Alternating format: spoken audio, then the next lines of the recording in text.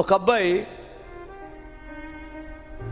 ప్రేమించి పెళ్లి చేసుకొని హైదరాబాదులో ఉంటున్నాడు. అమ్మా నాన్న విడిచిపెట్టేసి అక్కడ వాళ్ళ మామగారు కూడా లేడు, అత్తగారు ఉంటుంది, ఆమె వేరే దగ్గర ఉంటుంది, మధ్యతరగతి కుటుంబం. అతనికి ఏదో చిన్న హైదరాబాద్ వెళ్ళి ఏదో చిన్న వ్యాపారం పెట్టాడు, దెబ్బతిన్నాడు. ఆ అప్పులు చేశాడు కనుక ఆ అప్పులు చేసినటువంటి ఆ వ్యక్తులు ఎలాంటి వారంటే భయంకరమైనటువంటి వ్యక్తులు, దుర్మార్గులు. వాళ్ళ దగ్గర చేశాడు అప్పులు తీరుస్తానని నమ్మకం పూర్తిగా కోల్పోయాడు.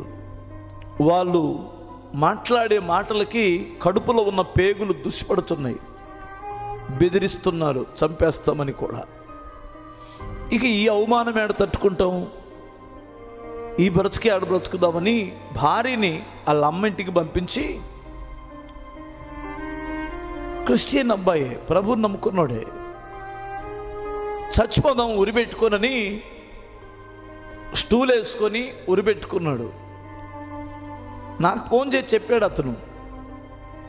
వేసుకున్న తర్వాత నేను చనిపోతున్నాను కదా, ప్రశాంతంగా పరలోక రాజ్యానికి వెళ్ళాలంటే, నా ఆత్మకు ప్రశాంతత ఉండాలంటే, పూర్తి క్రైస్తవుడు కాదు, సగం క్రైస్తవుడు, నా ఆత్మకి ప్రశాంతత దొరకాలంటే కాస్త ఏదైనా భక్తి గీతం విందాం, భక్తి పాట విందామని యూట్యూబ్లోకి వెళ్ళి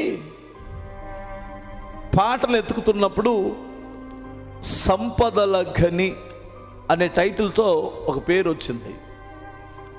సంపదల ఘని ఎంట్రీ టైటిల్ అనుకొని ఆ పాట విందామని, అది ప్రసంగమో పాటో తెలీదు అతనికి, ఓపెన్ చేస్తే పాట వస్తుంది.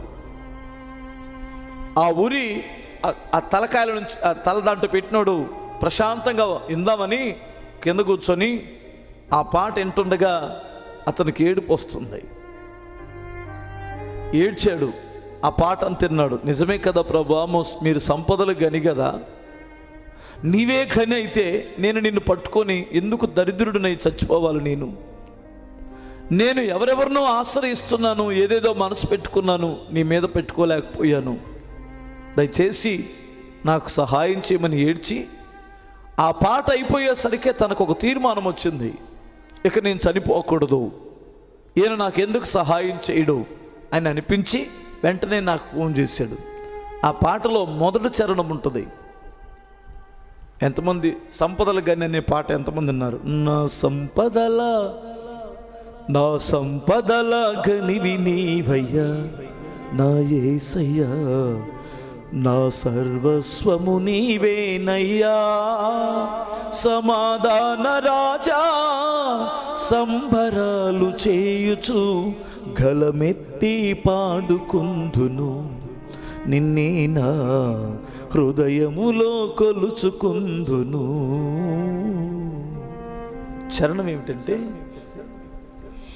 ఏ దీవెన నోచుకొని ఈ దీన దరిద్రునికై, ధనవంతుడైన నీవు దరిద్రునిగా దిగివచ్చి, ఏ దీవెన నోచుకొని ఈ దీన దరిద్రునికై, ధనవంతుడైన నీవు దరిద్రునిగా దిగివచ్చి, శ్రీమంతుడా సిలువలో మరణించి సిరి కంటే మిన్నైన కృప కుమ్మరించినావయ్యా.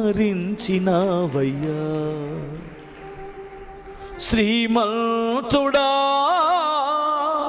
సిలువలో మరణించి సిరి కంటే మిన్నైన కృప కుమ్మరించినావయ్యా, నా సంపదల గనివి నీవయ్యా నా యేసయ్యా, సర్వస్వము నీవేనయ్యా. ఎంతమందికి అర్థమైంది ఈ పాట? నువ్వే మహోన్నతుడు అయ్యుండి నన్ను దరిద్ర స్థితిలో నుంచి విడిపించడానికి మీరు సిలువలో మరణించి సిరి కంటే శ్రేష్టమైనది, సిరి కంటే మిన్నైనటువంటి కృపను కుమ్మరించావు. ఆ పాట విన్న తర్వాత అతను ఏడ్చి, ప్రభువా నీ ఉండగా, నీ కృప ఉండగా నేనెందుకు చచ్చిపోవాలనుకొని చావడం మానేసి నాకు ఫోన్ చేసి అరగంట సేపు ఏడ్చుకుంటూ మాట్లాడాడు ఆ అబ్బాయి. బిగ్గరగా స్తోత్రం చెప్పాలి.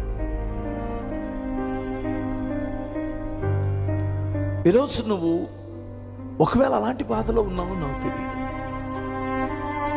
దిక్కుదోసిన స్థితిలో ఉన్నావేమో నాకు తెలియదు. ఎట్టి పరిస్థితుల్లో నీ దేవుడు నిన్ను విడిచిపెట్టలేదనే సంగతి గుర్తుపెట్టుకో.